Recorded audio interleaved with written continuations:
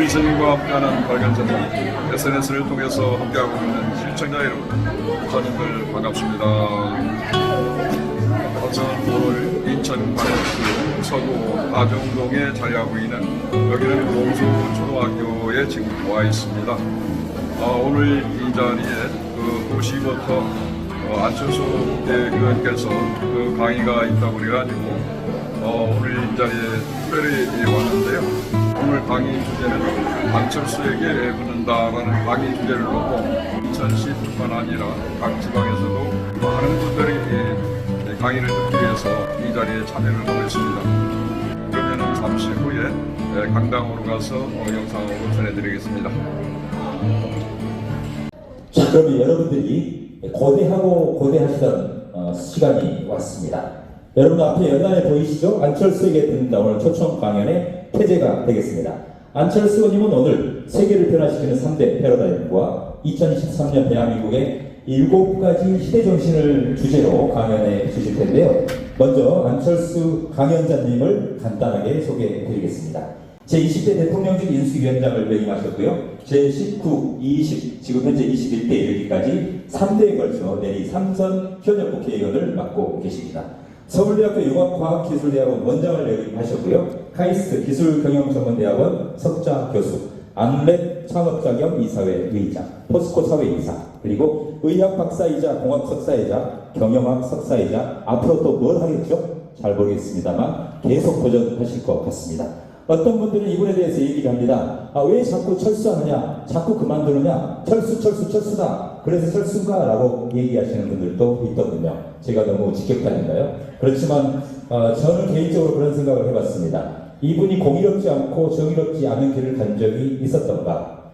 선공후사를 실천한 현실 정치인들 가운데 이분처럼 선공후사를 행동하는 실천으로 보여준 분이 있는가? 있었나요? 없었어요. 저는 그런 측면에서는 이분이야말로 대한민국의 미래를 이끈 지도자감이 아니겠느냐, 리더다. 그래서 하늘이 내렸다, 철수가 아니라 천수다라는 생각을 해봤습니다. 저의 생각이 동의하신다면 뜨거운 함성과 큰 박수를 부탁드리겠습니다. 안철수 국회의원님을 연단으로 모시겠습니다.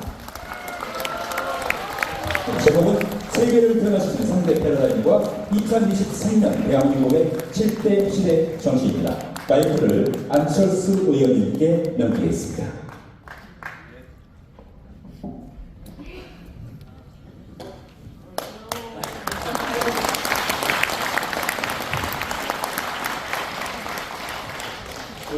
제가 강의에 앞서서 어느 정도 수준으로 말씀을 드려야 될지 몰라서 몇 가지 퀴즈를 내겠습니다. 해외 도시 이렇게 여행도 많이 다니시지 않습니까? 근데 갔다 오면 제일 살이 많이 찌는 도시가 어딘지 아세요? 살이 많이 찌는 도시. 예, 오키나와. 하루에 5끼씩 먹어야 돼요.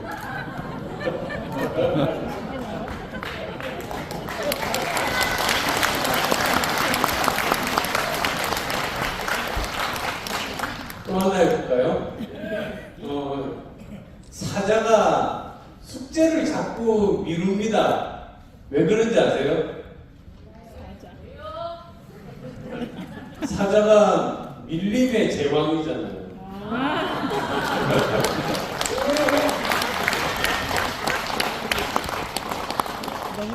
이제 제가 어느 정도 수준으로 말씀드리면 될지 알았습니다.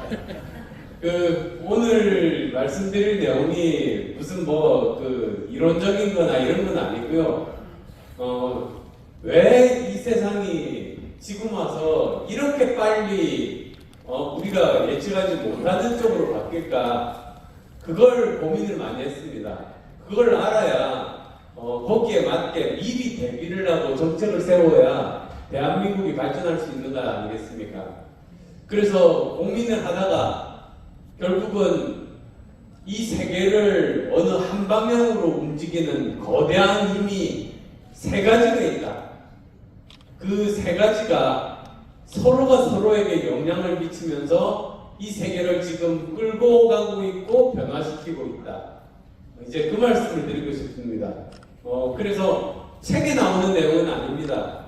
제가 나름대로 의사를 거쳐서 IT 전문가를 거쳐서 경영자를 거쳐서 대학 교수를 거쳐서 지금 5번째 직업인 정치를 하면서 굉장히 많은 분야의 다양한 지식을 접하고 공부를 해서 저 나름대로 깨달았던 내용들, 그런 내용들입니다. 그 내용을 이제 여러분께 간단하게 말씀을 드리려고 합니다. 이 세상을 변화시키고 있는 거대한 힘, 그 세 가지를 저는 3대 패러다임이라고 이제 이름을 붙였었고요. 예, 별로 안 중요한 거고. 예, 세 가지 이제 패러다임에 대해서 말씀을 드리려고 하는데요. 첫 번째가 이겁니다. 이게 뭐냐면 여러분들이 맞으셨던 코로나 백신입니다. 그러니까 파이저 백신, 모더나 백신 같은 것들이거든요. 그래서 그 둘을 묶어가지고 뭐 좀 복잡하지만 mRNA 백신이라고 하거든요. 근데 어떻게 해서 코로나가 나온 다음에 1년도 안 돼서 이렇게 코로나 백신을 만들게 됐는지 그 이야기를 알면은 앞으로 이 세상이 어떤 방향으로 발전한다는 것을 아실 수가 있습니다. 그러면 거기에 대해서 여기 계신 분들과 자녀분들한테 미리 대비를 시킬 수가 있다는 거죠. 그 이야기부터 한번 들려드리고자 합니다. 처음 시작은 간단했습니다. 사실은 이 코로나 백신을 만들기 위해서 자세한 내용은 생략할게요. 이 mRNA라는 게 필요하다는 걸 발견을 했어요. 근데 이 mRNA가 만들기 쉽습니다. 실험실에서 쉽게 만들 수 있는 거였거든요. 근데 이제 만들어 놓고 보니까 문제가 뭐냐? 만들어 놓으면 금방 부서져 버리고, 만들어 놓으면 금방 부서져 버리니까 써도 효과가 없는 겁니다. 쓸 수가 없는 겁니다. 만들어서 주사기에 넣고 주사를 하면 이미 파괴되어 있어서 아무 효과가 없었습니다. 그래서 몇 번 시도하다가 포기해버렸죠. 근데 그러던 어느 날 초미세 입자 연구하는 사람들이 있거든요. 그거 이제 나노 테크놀로지라고 그렇게 부릅니다. 근데 이 사람들이 이거를 보고 나서 자기들이 연구를 위해서 지방질로 지방 초미세 입자를 만들었었거든요. 그래서 지금 여기 이렇게 보시면 여기 이제 백신 역할을 하는 mRNA가 있는데 그 주변을 이렇게 노란 지방질 초미세 입자로 둘러싸게 만들면 그럼 파괴 안 되고 쓸 수가 있겠다 싶었어요. 그래서 나오게 된 게 파이저 백신, 모더나 백신입니다. 그래서 세계에서 엄청나게 많은 사람을 살린 거죠. 근데 이건 시작에 불과합니다. 그 다음이 더 중요합니다. 이걸 미국 정부에서 발견했어요. 이게 가능성이 있겠다 싶었습니다. 근데 미국 정부에서 그래서 어떤 일을 했느냐? 백신이 이렇게 만들어지는 과정들은 다 알려져 있거든요. 그래서 이 사람들이 이 백신이 개발되기도 전에 미리 앞으로 백신이 개발되는 과정에서 걸림돌이 될 만한 규제가 있는지, 또 어떻게 하면 이걸 빨리 만들 수 있는지, 이런 법들을 만들어서 미리 이 앞에 고속도로를 깔아놨습니다. 그래서 바로 직전에 백신 만들 때 보통 5년에서 10년 걸립니다. 근데 1년도 안 돼서 백신이 나오게 됐죠. 그게 이제 스토리인데요. 사실 이제 이 이야기를 보시면 우리가 얻을 수 있는 교훈이 두 가지가 있습니다. 첫 번째, 이 정말 서로 만날 수 없었던 이 바이오 테크놀로지의 기술과 그리고 또 저 멀리 있었던 초미세 입자 나노 테크놀로지 기술이 융합이 돼가지고 지금까지 인류 역사상 존재하지 않았던 새로운 걸 만들어낸 겁니다.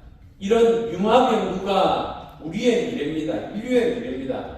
앞으로는 한 분야만 해서는 새로운 게 안 나오고요.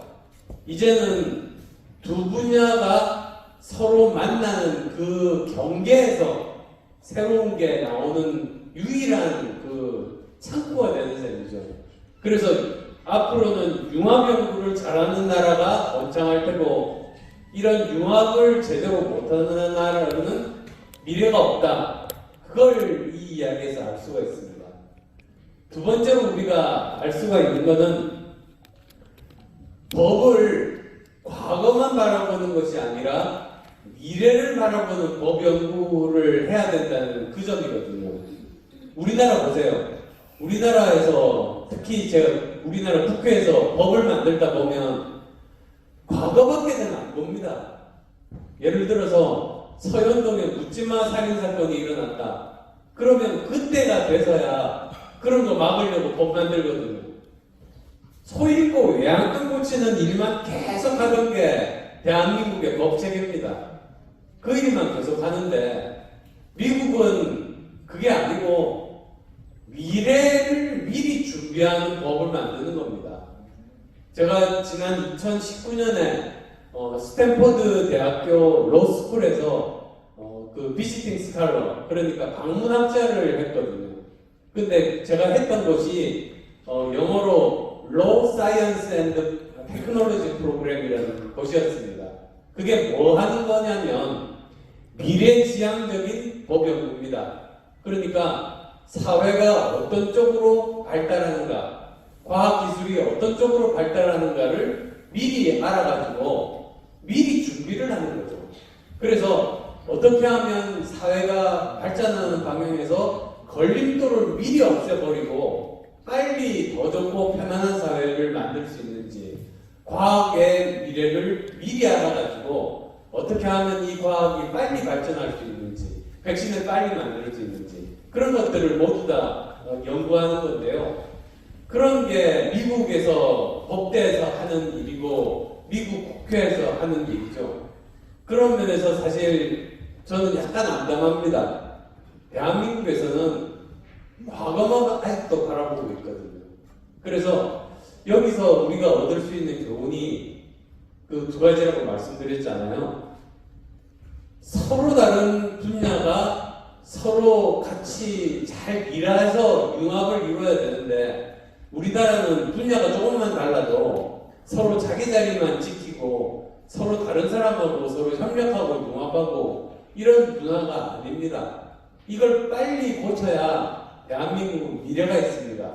앞으로 지금까지 빨리 발전했지만 이 문제를 해결해야 앞으로 더 빨리 발전할 수 있지. 안 그러면 여기서 멈춥니다.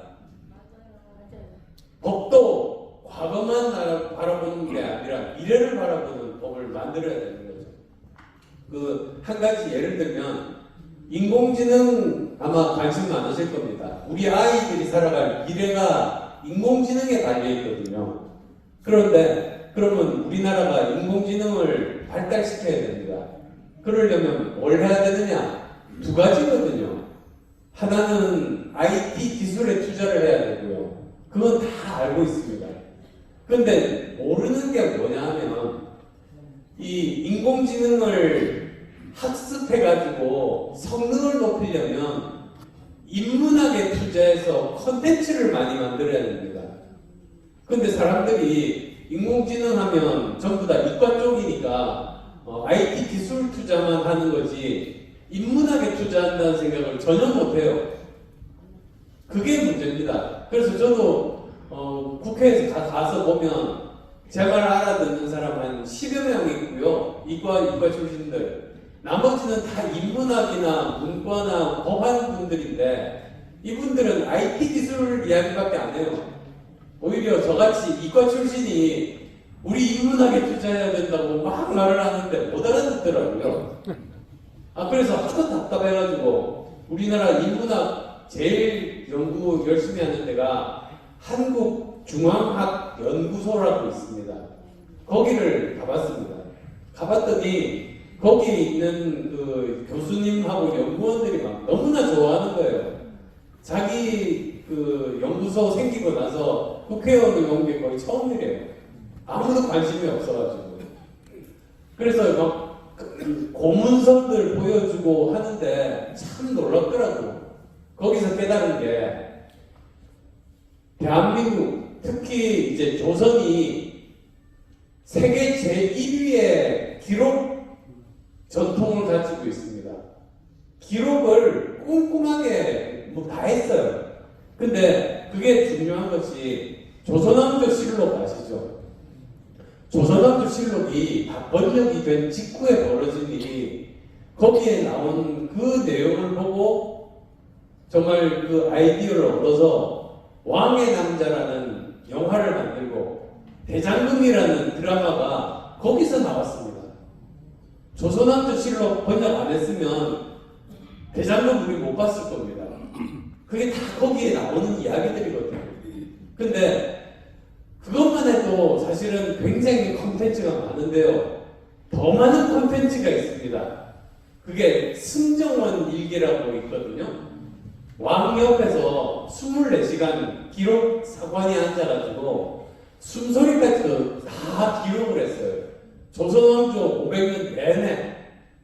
근데 불행하게도 임진왜란 때 불타버려가지고 그 이후에 인조부터 해서 한 300년어치가 지금도 남아있습니다. 근데 그 중에서 일부밖에 번역이 안 됐고요. 나머지 남은 거 번역하려면 지금 연구원으로 얼마나 걸리냐 그랬더니 아마도 한 100년 걸릴 거라고. 아니 근데 이 얼마나 많은 콘텐츠가 우리도 모르는 콘텐츠가 실화의 바탕으로 한 콘텐츠가 거기에 숨어 있는 겁니다. 그래서 그 중에서 그나마 번역된 거 가지고 연구원 한 분이 책을 쓰신 거를 저한테 선물로 줬어요. 그 책 제목이 조선의 걸 크러쉬라는 책이거든요. 지금 저 찾아보시면 서점에서 살 수 있는 책입니다. 근데 제일 처음에 나오는 얘기가 뭐냐면 이런 거거든요. 어떤 집안이 역적으로 몰려가지고 다 몰살당했대요. 진짜 다 멸종을 당했는데 아주 어린 그 손녀딸 한 사람하고 몸종하고 둘만 살려줬답니다. 그랬는데 이제 이 둘이서 이제 한 일이 칼 2개로 쌍칼 춤을 배웠대요. 복수하려고요. 그래서 얘들이 열심히 연습을 해가지고 조선 전역에 유명해졌습니다. 그때 되니까 이제 어른이 됐죠. 그래서 대감집이나 큰 집에서 잔치를 할 때는 꼭 이렇게 불렀답니다. 그러던 어느 날 드디어 이 원수들 집에서 이 둘을 부른 거래요. 모르고. 그래서 이 둘이 그 집에 찾아가가지고 한 사람도 안 빠지고 다 죽였대요. 이게 실화. 그러고 나서 이제 이 손녀딸은 자살했답니다. 그러니까 이렇게 사람 많이 죽여놓고 시집갈 수는 없다라고 해서 자살하고 대신에 이제 목종한테는 너는 죽지 말고 이 이야기를 부서에 전하라 이랬다는 내용이거든요. 그래서 제가 그걸 보다 보니까 야 이걸로 글로리2 만들면 되겠구나 그 생각이 들었습니다. 그 정도로 우리나라 콘텐츠가 정말로 방대하거든요. 그래서 지금 우리가 해야 될 일이 우리가 이미 가지고 있는 콘텐츠들도 활용을 못하고 있어요. 그래서 챗 GPT라고 요즘 막 이렇게 유행하는 영어로 질문을 하면 굉장히 길게 정확하게 답을 하고요. 똑같은 내용을 한글로 질문을 하면 엉터리로 짧게 나옵니다. 그게 우리가 가진 콘텐츠도 제대로 번역을 안 돼서 학습을 못 시키니까 지능이 낮은 거예요. 인공지능이, 한국어 인공지능이 낮은 거예요. 그래서 하루빨리 저는 인문학 쪽에 열심히 투자해서 지금 인문학 나온 사람들 일자리가 없는데 일자리 10배로 늘리고 박사과정 학생들 뭐 10배로 늘리고 빨리 그렇게 해서 100년 걸릴 거 10년 만에 우리 컨텐츠를 만들어야 우리나라가 경쟁력이 있다. 그래야 우리가 미래가 있고 그 다음에 K 컨텐츠로 드라마가 지금보다 수준이 10배, 100배 더 높아지고 정말 세계를 장악할 수 있다. 저는 그렇게 믿습니다.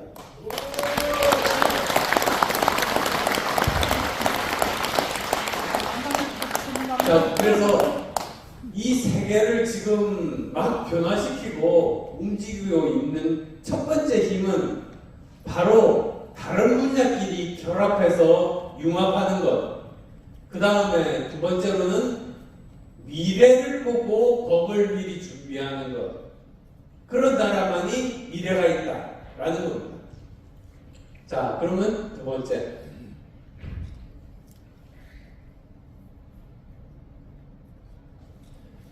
두 번째는 뭐냐면 미국과 중국이 지금 사실상 전쟁을 하고 있습니다.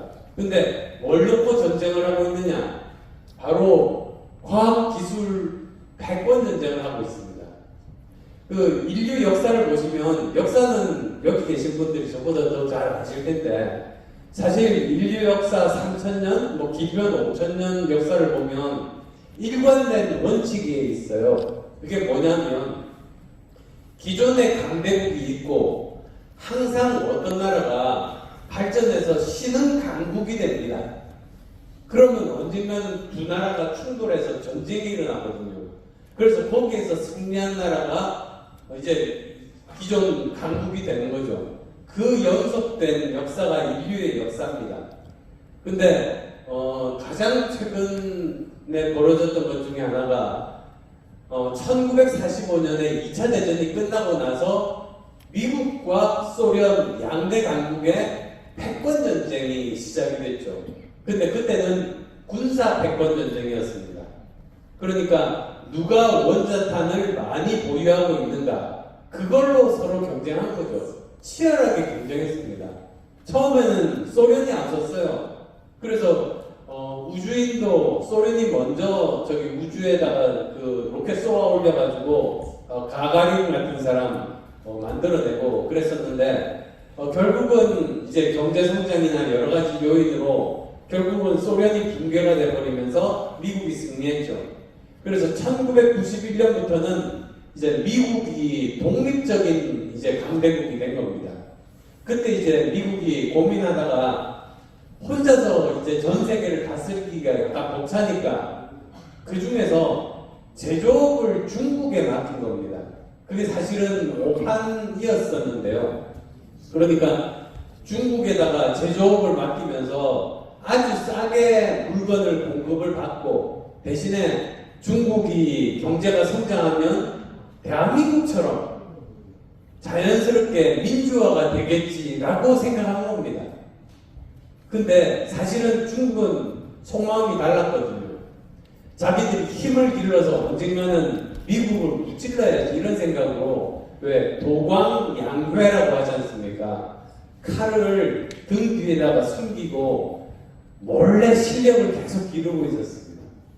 그러면서 20년쯤 지나가지고 2008년이 되니까 미국에 있는 리만 브라더스라는 그 세계에서 뭐 거의 뭐 아주 큰 증권회사가 붕괴되면서 전 세계 금융 공황이 오게 됐거든요. 그러니까 미국이 전 세계 경제 불황을 일으킨 주범이 됐어요. 그걸 보고 이제 중국이 생각보다 미국이 별거 아니구나. 우리가 한번 붙어볼만 하겠다. 중국이 그때부터 이제 생각을 바꾸기 시작했습니다. 그리고 이제 본격적으로 미국하고 정면 대결 시작한 게 2012년 시진핑이 일기 주석으로 이제 등극했을 때 그때부터 본격적으로 싸움이 시작됐죠. 근데 그 전에 미국과 소련의 군사 패권 전쟁과는 다른 형태로 이제 싸움이 붙은 겁니다. 그거는 이제는 과학 기술 패권 전쟁이 붙었습니다. 즉 지금 시대는 과학 기술의 패권을 가진 자가 세계를 지배합니다. 그래서 서로 뭐 반도체 가지고 서로 지금 막 경쟁하고 있고 막 여러 가지로 경쟁하고 있는데 우리는 미국에 훨씬 더 익숙하잖아요. 그러다 보니까 뭐 미국과 중국이 싸워도 미국이 이기겠지? 그렇게 생각하시는 분들이 많으실 겁니다. 근데 사실은 그렇지가 않습니다. 중국이 앞서가고 있는 분야가 생각보다 많습니다. 자, 인공지능 특허가 제일 많은 나라가 어디겠습니까? 미국이 아니고 중국입니다. 왜냐하면 미국에 3억 명 하고요. 중국에 13, 4억명이 대결을 하는데 그 만들어내는 컨텐츠 양이 중국이 미국의 4~5배 되거든요. 그걸로 인공지능을 학습을 시키니까 미국이 막 버거워서 못 따라갑니다. 그 다음에 아마 블록체인 들어보셨을 거예요. 내용은 중요하지 않고요. 블록체인도 최신 기술인데 그 특허 1위 보유국 중국입니다. 그 다음에 요즘 보면은 이제 우주항공산업이 굉장히 각광을 받고 있는데 우주항공산업 제가 보기에 중국에 앞서 있습니다. 왜냐하면 이미 증거가 있는 게 미국도 실패했던 달 뒷면에다가 우주선을 착륙을 시킨 게 유일한 나라가 중국이고요. 그 다음에 지금 우리 지구 궤도를 돌고 있는 우주 정류장이 있는데요. 우주 정거장이 있는데 그게 딱 2개 있습니다. 하나는 20년 정도 전에 미국이 혼자 기술이나 자금력으로도 못해가지고 한 20개국이 힘을 합쳐가지고 만들어서 지금 날려서 거의 폐기 직전에 있는 게 하나 있고요. 또 하나는 뭐냐면 중국이 아무 나라의 도움도 안 빌리고 혼자서 작년에 천궁 우주 스테이션을 쏘아 올렸습니다. 그리고 올해 우주인 5명을 또 쏘아 올려서 거기서 삽니다. 이미 앞서 있어요. 이런 우주 정거장 이런 쪽도. 그러니까 이게 만만한 싸움이 아니거든요. 근데 왜 요즘 과학기술이 중요한가? 그거는 과학기술이 옛날에는 먹고 사는 문제였는데요. 지금은 죽고 사는 문제가 돼 있다는 게 문제입니다. 왜 그런가? 대만의 경우가 제일 좋은 예가 될 겁니다. 20년 전만 하더라도 중국이 대만을 침공하면 미국이 꼭 보호할 생각은 안 했습니다. 그게 어차피 원래 중국 영토니까 라고 그냥 편하게 생각했는데요. 요즘 보면 만약에 대만을 중국이 침공하면 미국은 모든 것을 다 걸고 싸워서 지킬 수밖에 없게 됐습니다. 왜 그런 차이가 났느냐? 대만에는 TSMC라는 회사가 있기 때문입니다. 그 한 가지 이유밖에 없습니다. 근데 TSMC라는 회사가 왜 중요하냐? 제가 간단하게 말씀드릴게요. 반도체 산업이 이렇게 크죠? 근데 그 중에서 메모리 반도체는 우리가 세계 1위입니다. 삼성전자, SK 하이닉스. 근데 반도체 산업 중에서 우리가 1위하는 메모리 반도체는 3분의 1입니다. 나머지 3분의 2가 비메모리 반도체 더 크거든요. 근데 그 회사가 투자하는 방식이 달라요. 삼성전자나 SK 하이닉스는 반도체 설계도 하고 생산도 합니다. 그래서 우리 여기 경기도 쪽에 용인이나 이런 쪽에다가 이렇게 라인을 깔아놓고 디자인도 하고 생산도 하고 둘 다 하거든요. 근데 비메모리 반도체, 우리가 잘 못하는 쪽, 그쪽은 이 둘을 서로 나눠서 합니다. 설계만 하는 회사가 따로 있습니다. 그걸 팹리스라고 합니다. 그 다음에 생산만 하는 회사가 따로 있습니다. 그거를 파운드리라고 합니다. 근데 생산만 하는 회사가 더 크거든요. 그 중에서 1위가 대만의 TSMC입니다. 그리고 삼성전자가 2위인데요. 차이가 지금 더 벌어집니다. 옛날에는 뭐 TSMC가 한 60%, 삼성이 한 20몇 프로였는데 지금은 TSMC가 70몇 프로, 삼성이 10몇 프로. 날이 갈수록 거의 막 장악하고 있습니다. 그러니까 이 전체 메모리, 전체 반도체 시장의 3분의 2 생산을 담당하는 회사가 대만 거니까 대만을 뺏길 수가 없는 거예요. 그러니까 미국이 길을 쓰고 대만을 보호하려고 합니다. 근데 이게 대한민국의 운명과 직결됩니다. 왜 그러냐면 생각해 보세요. 만약에 대만이 침공당한다. 그러면 미국이 전투기를 띄웁니다. 근데 한국에 있는 미국 전투기가 있고요. 일본에 있는 미국 전투기가 있습니다. 근데 대만까지 거리를 재보면 우리나라에서 대만까지 거리가 일본에서 대만까지 거리의 절반입니다. 그러니까 대만에서 전쟁이 나면 주한미군이 동원됩니다. 그러면 우리는 북한 침공에 대해서 뚫리는 겁니다. 그러니까 북한이 그때 도발을 하면 우리가 굉장히 힘든 싸움을 할 수밖에 없거든요. 그리고 또 다른 시나리오가, 그래서 중국이 그걸 모르겠습니까? 그래서 중국이 만약에 대만을 침공하려고 하면 먼저 할 일이 뭐냐면 북한에다가 사주해가지고 도발을 하는 겁니다. 그래서 한국군과 미군 전투기에 발을 묶어놓고 그때 대만을 침공하는 거죠. 그래서 이게 보통 문제가 아닙니다. 사실은.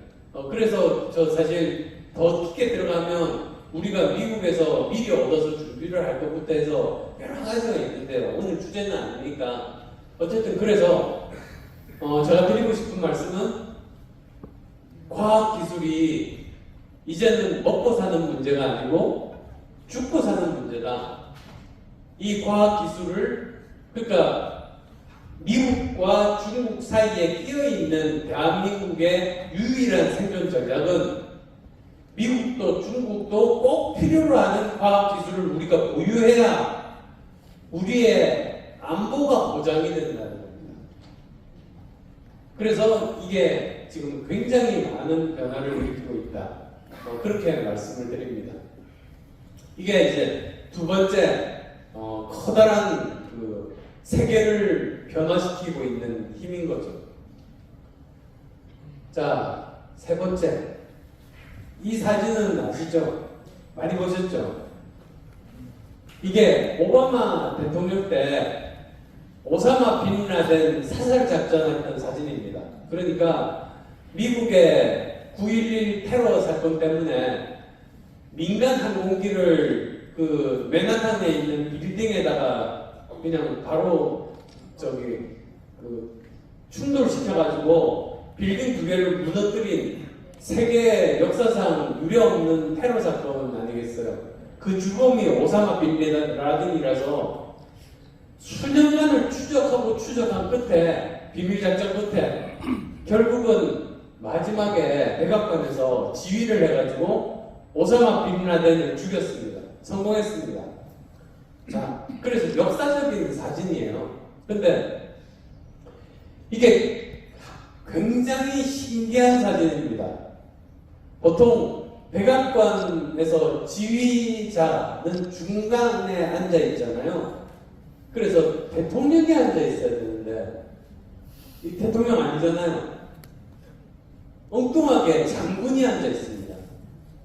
그리고 그러면 아니 오바마 대통령 어디 갔나 이렇게 찾아보니까 저 구석에 이렇게 낮은 의자에 쪼그리고 앉아있어요. 그리고 이제 미국 거기 그 강령 중에 2인자가 우리나라로 치면 국방장관, 미국으로 치면 Secretary of State, 그러니까 국무장관인데요. 그때는 힐러리 클린턴이 국무장관을 했습니다. 그 사람 어디 있나? 바로 옆도 아니고요. 여기 있어요. 근데 이 덕분에 성공했습니다. 오바마가 중간에 앉아서 지휘를 하지 않고 장군한테 지휘권을 넘기고 장군을 전적으로 지원을 해서 오사마 빈 라덴을 죽일 수 있었습니다. 왜 그러냐? 세상이 바뀌었어요. 20세기까지는 이 자리에 대통령이 앉아 있어야 됩니다. 그러면 주위의 참모들이 이야기를 해주거든요. 그러면 빨리 결정할 필요도 없었어요. 그때는 세상이 빨리 바뀌지는 않으니까. 그래서 며칠 고민한 다음에 결정을 내리는 거죠.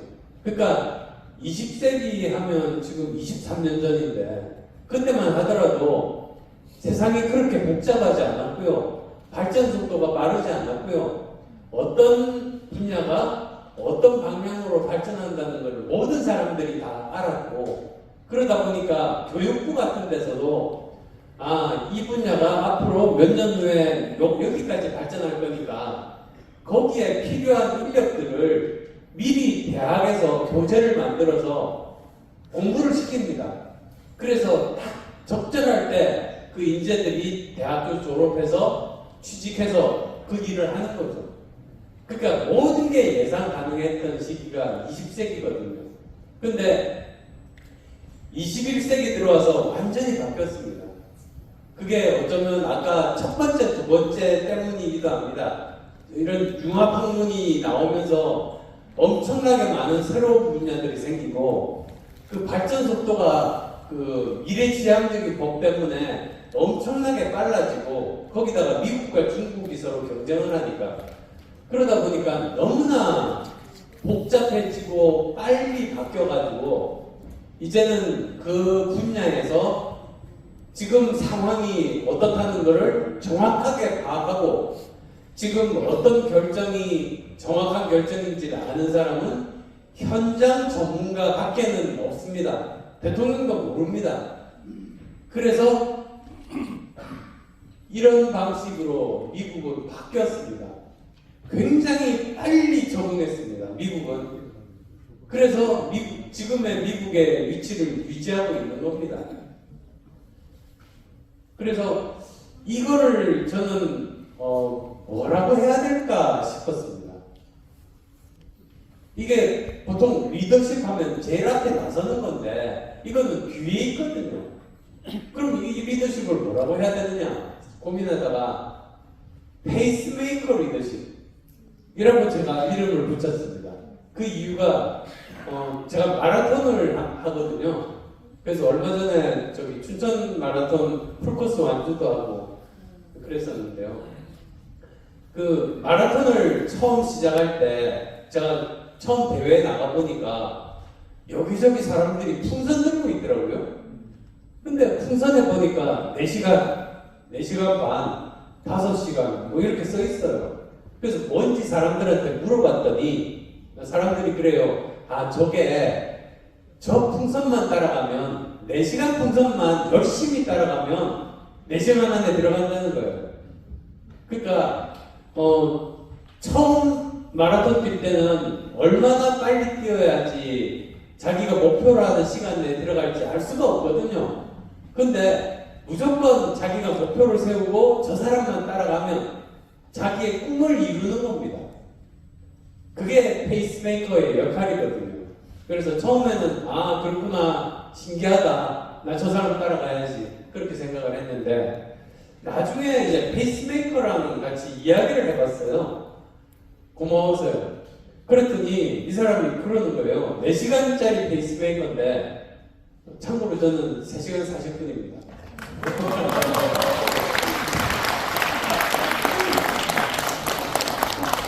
3시간 40분뿐만 아니라 국회의원 300명 중에서 풀코스 뛴 유일한 사람입니다. 근데 약간 저 주제에서 약간 벗어나지만 미국이나 유럽은 정치인들이나 대선 후보들이 마라톤 거의 다 뛰어요. 풀코스를. 왜 그러냐면 그게 아주 짧은 기간 동안에 그 사람의 체력과 정신력을 그냥 남들이 다 눈으로 보게 증명할 수 있는 유일한 운동이 마라톤이거든요. 그래서 외국에 그 가까운 일본만 하더라도 사실 마라톤 하는 사람 많습니다. 그래서 근데 왜 우리나라는 마라톤 하는 정치인이 국회의원이 없는지 저는 참 이해가 안 가는데 이것도 사실은 국민들께서 압력을 넣어주셔가지고 아니 네가 그렇게 저기 뭐야 맨날 회의할 때 졸지 말고 열심히 한 체력이나 정신력을 가진 거를 한번 증명해보라고 그렇게 막 압력을 넣어주십니다.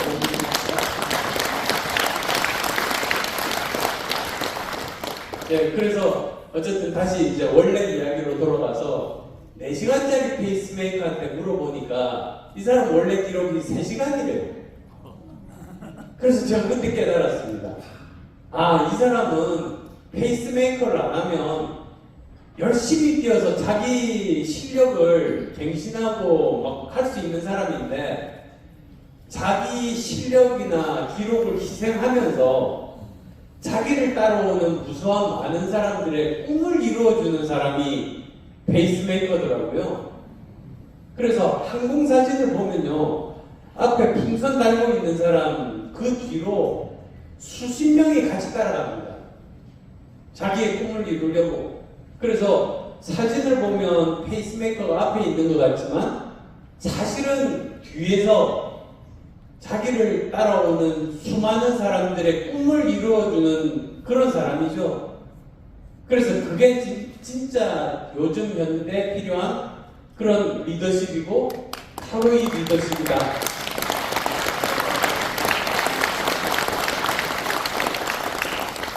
그래서 마치 국가라는 수레가 있으면 20세기까지는 대통령이나 리더가 그 앞에서 수레를 끌고 갔죠. 박정희 대통령 경제개발 5개년 계획처럼 그렇게 수레를 앞에서 끌고 갔죠. 예측 가능하니까. 아, 우리나라 철강산업 꼭 해야 돼. 그래서 포스코 만들어진 거 아닙니까? 우리나라 그 역사책을 보면요. 우리나라가 바다가 삼면으로 있다 보니까 이런 그 조선 기술이 정말로 발달했더라고요. 이순신 장군의 거북선 이런 게 그냥 나온 게 아니고요. 해전에서 우리가 일본 계속 이겼던 게 그게 그냥 이순신 장군님 혼자만의 공이라고 볼 수는 없어요. 전통이 있거든요. 그러니까 우리나라가 조선산업 잘할 수 있어. 이렇게 된 거죠. 그래서 앞에서 끌고 와서 성공했는데 21세기에는 이제는 뒤에서 밀어주는 거죠. 국가라는 커다란 수레를 올바른 방향으로 갈 수 있도록 뒤에서 밀어주는 것. 그런 페이스메이커 리더십을 발휘하는 그런 국가가 미국처럼 앞으로도 계속 번영할 테고 그러지 않고 계속 20세기식으로 가다 보면 그만큼 속도도 못 내고 올바른 방향으로 갈 수도 없고 그렇게 된다는 그 말씀을 드리고 싶습니다.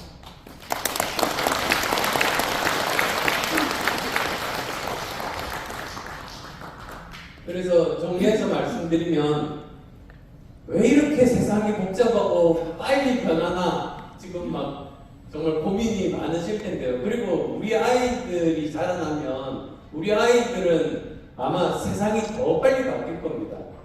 근데 이렇게 세상을 바꾸는 거대한 힘이 세 가지가 있다.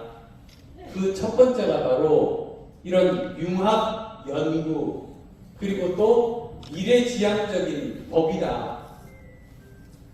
그리고 또 두 번째는 여기다가 미국과 중국이 서로 죽기 살기로 과학기술 패권 전쟁을 하기 때문에 세상이 엄청난 속도로 빨리 바뀔 수밖에 없고 그리고 이를 제대로 빠른 속도로 하기 위해서 이제는 필요한 리더십은 뒤에서 밀어주고 해당 분야 전문가들이 올바른 방향으로 하도록 지원하는 페이스메이커 리더십이다.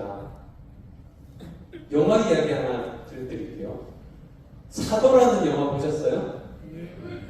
사도를 보면 그 송강호가 영조대왕으로 나오잖아요.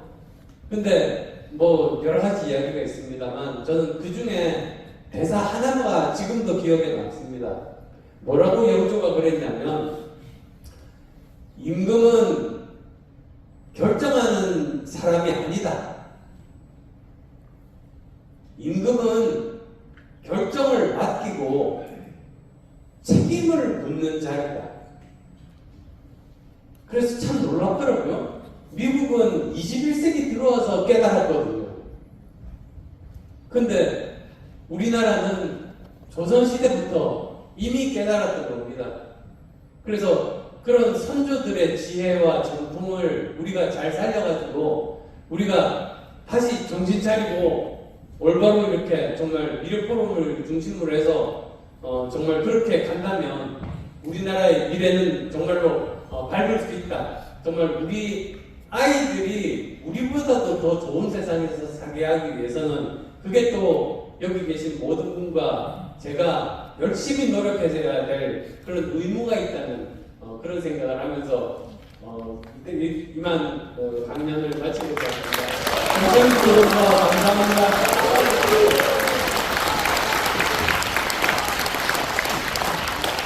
네, 대단히 수고 많으셨습니다. 안철수 국회의원님의 초청 강연이었습니다. 안철수 의원님께 다시 한번 큰 감사의 박수 부탁드리겠습니다.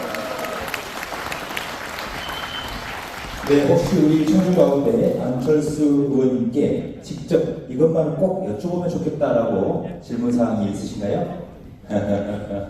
네, 너무 많으시리라고 생각됩니다만 혹시 가능하시다라면 딱 두 분만 예. 앞쪽에 손 드셨는데요. 말씀해 주시죠. 네네네. 국가가 먼저 개입을 해가지고 통제한다는 막상은 서점이나 사기과지나 노예기를 가겠다는 것과 다를 바가 없는 게 아닌가 라는 생각이 들고요. 그리고 두 번째로 과학기술 중요하다고 말씀하셨는데 그러면은 윤석열 정부에서 R&D에 다 깎아버렸거든요. 이거에 대해서 어떻게 생각하는지. 그러니까 저기 과학기술 예산 깎는 거에 대해서 현역 의원들 중에서 유일하게 저 혼자 반대했습니다. 그래서 그 세미나도 열고요. 과학기술자들과 함께 기자회견도 했습니다.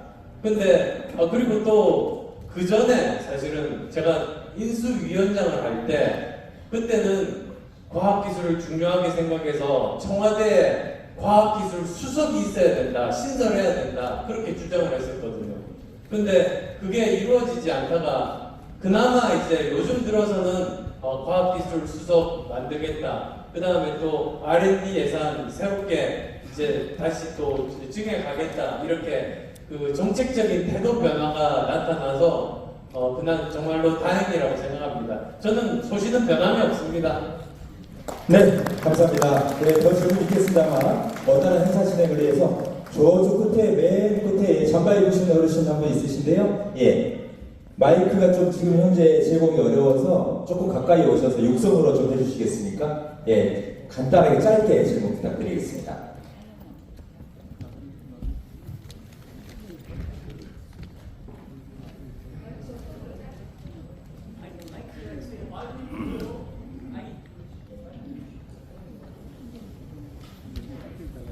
예, 안철수 의원님 오늘 말씀 잘 들었습니다. 저는 평소에 안철수 의원님은 그 이공계 쪽에는 최대의 전문가이시고 인문계는 전혀 모르시는 분인 줄 알았는데 오늘 정말 감명받았습니다.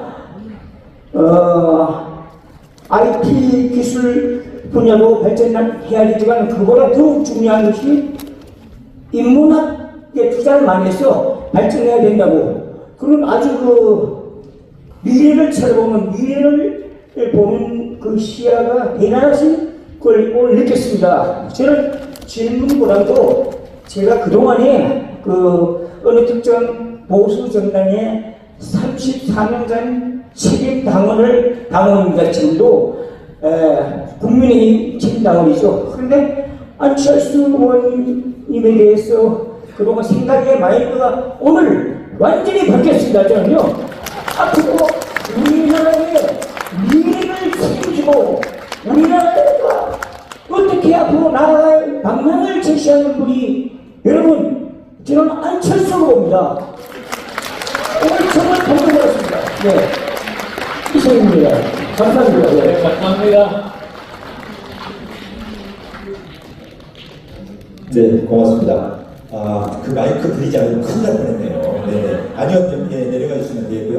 더 많은 분들 질문이 있겠습니다만 너무 지금 시간이 지연이 되고 있어서요. 오늘 이만하고 궁금한 사항을 주최측으로 전달해 주시면 예, 감사하겠습니다.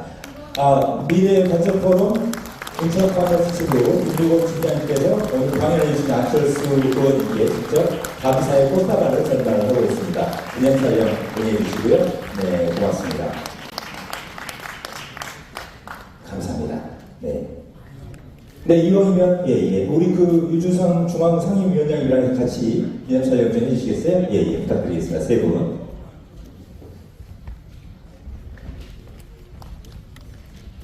네, 세 분이 기념촬영을 하고 계십니다. 오늘 값진 초청 강연, 그리고 미래발전 포럼 인천광역시구 발대를 진심으로 자축하고 축하하는 그런 의미의 기념촬영이 되겠습니다. 대단히 감사합니다. 사업회 부회장님 어디 계시나요? 김명옥 부회장님. 네, 큰 박수 한번 부탁드리겠습니다. 네.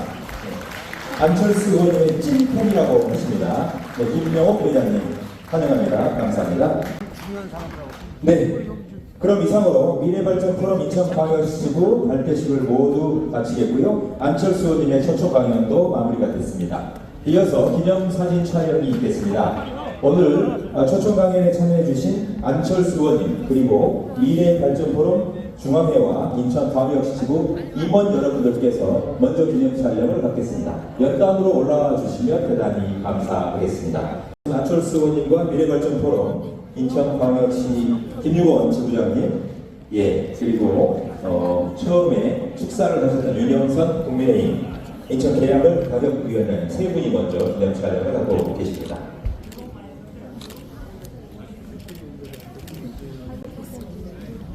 네, 고맙습니다. 수고하셨습니다. 네, 이어서 미래발전포럼 중앙상임위원님들과 안철수 의원님, 또 김유건 지부장님 함께 기념 촬영하겠습니다.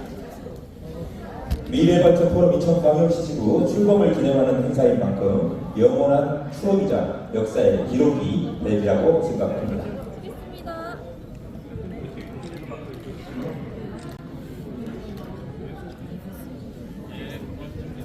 이대영 인천교총 회장님께서 직접 참석하셨군요. 네,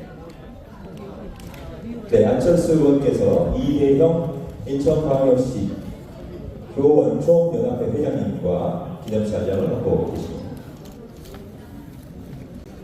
네, 이어서 인천 지역 종교단체 대표자 여러분들 앞으로 나와주시면 감사하겠습니다. 차근차근 한 분씩 종교단체 대표자 여러분 나오시면 감사하겠습니다.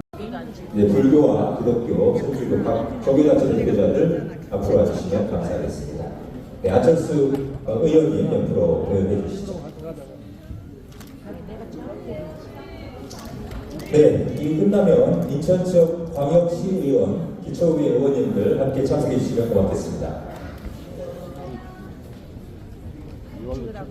그리고 기초의회 의원님들 안철수 의원님과 함께 기념 촬영을 하고 계십니다. 네, 기념 촬영이 끝난 이후에는 인천 지역 원로분들, 또 교육자분들 함께 안철수 의원님과 기념 촬영해 주시면 감사하겠습니다. 국민동행상학회 회원 여러분 앞쪽으로 이동해 주시기 바랍니다. 네, 인천 지역 원로와 교육계 인사들 촬영이 있었고요. 네, 이어서 국민동행상학회 회원님들 앞쪽으로 보실까요? 국민동행상학회 회원 여러분 안철수 의원님과 기념 촬영 있겠습니다. 네, 연단에 올라오셨는데요. 이쁘게 촬영하겠습니다.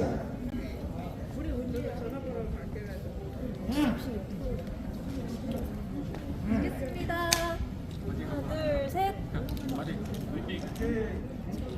네, 국민동행상학회 회원님들과 안철수 의원님 기념 촬영하고 계십니다. 이어서 가정 이동 주민 여러분 어디 계시나요? 가정 이동 주민 여러분 앞쪽으로 올라오시기 바랍니다. 네, 임성래 추진위원장님이 이끌고 계시고 가정 이동 오개단지 통합재건축 추진위원회 저희 옆으로 좀 나와주시면 감사하겠습니다. 옆으로 좀 나와주세요. 네, 좀 너무 많은 가정 이동 주민 여러분께서 대구원으로 오셨는데요. 행사장 안내니까 가운데 좀 모여서 천천히 얼굴이 좀 보일 수 있도록 두 줄로 서주시기 바랍니다. 옆으로 나와주시면 감사해요. 싹 나와주시면 감사하겠습니다. 네, 사진 촬영이 이루어질 수 있도록 연단 앞에 서 계신 분들은 옆쪽으로 조금만 비켜주시면 대단히 고맙겠습니다. 네, 가정이동 주민 여러분, 사진 촬영 지금 임하고 계시는데요. 네, 촬영이 끝난 이후에는 바로 가정이동 5개단지 통합재건축 추진위원회 임성래 추진위원장을 비롯한 위원님 여러분 앞쪽으로 나와서 기념 촬영 있으시겠습니다. 네, 가정이동 5개단지 통합재건축 추진위원회 기념 촬영 마쳤고요. 혹시 또 안철수 의원님 못 찍으면 내가 잠을 못 자겠다. 네, 앞으로 올라주시기 바랍니다. 천천히. 네, 앞쪽으로 살짝만 좀 비켜주시고요. 오늘 그리고 자원봉사 해주시는 스태프 여러분, 행사 진행에 도움을 주신 신임 요원 여러분, 잠시 후에 기념 촬영 있겠습니다. 연단위로 마지막으로 올라주시면 감사하겠습니다. 네, 오늘 행사 완벽한 행사를 위해서 애써주시는 스태프 여러분, 앞쪽으로 나와주시죠. 안철수 의원님과 마지막으로 기념 촬영을 하겠습니다. 이 촬영이 끝나시면 안철수 의원님은 바로 다음 장소로 이동하시겠습니다. 뭐 이건 화이팅 그런 것도 한번 해보시는 게 어떨까요? 화이팅. 자, 찍겠습니다. 하나, 둘, 셋. 네, 좋습니다. 네, 안전하게 조심해서 내려가시고요. 빠졌군요. 네, 잠시만요. 네. 오늘 행사 스태프 여러분 마지막으로 한 번만 더 찍겠습니다. 자리 잡아주시고요. 네, 밀지 마시고 천천히 사이사이 얼굴이 보이는 사이사이에 서주세요. 자, 사진 촬영하겠습니다. 오늘 성공적인 미래발전 포럼 인천광역시구 발대시과 안철수 의원님 초청강연 성공 개최를 위해서 가장 애쓰신 분들입니다. 자, 여러분 모두 고생 많으셨습니다. 제가 외도하면 파이팅 하고 사진 찍겠습니다. 자, 하나, 둘, 셋. 파이팅! 미래발전 포럼 인천광역시구 파이팅! 파이팅! 안철수 의원 파이팅! 파이팅! 네, 수고하셨습니다. 고생하셨습니다. 마지막으로 희망을 갑시다, 여러분. 네. 네, 사진 안 찍으신 분들인가요? 혹시 해양환경 갑시다. 해양환경 갑시다, 회장님. 마지막 한 번만 찍겠습니다. 네, 마지막 한 번만 찍겠습니다. 네. 자, 바로 다음 장소로 이동을 하셔야 돼서 마지막으로 찍겠습니다. 자, 질서를 지켜주시고요. 안전하게 촬영에 임해 주시기 바랍니다. 자, 찍겠습니다. 자, 해양환경 갑시다. 협의회 앞으로 서주시기 바랍니다. 네, 수고하셨습니다. 오늘 도와주셔서 감사합니다. 네, 열심히 하겠습니다. 예, 수고 많으셨습니다. 예.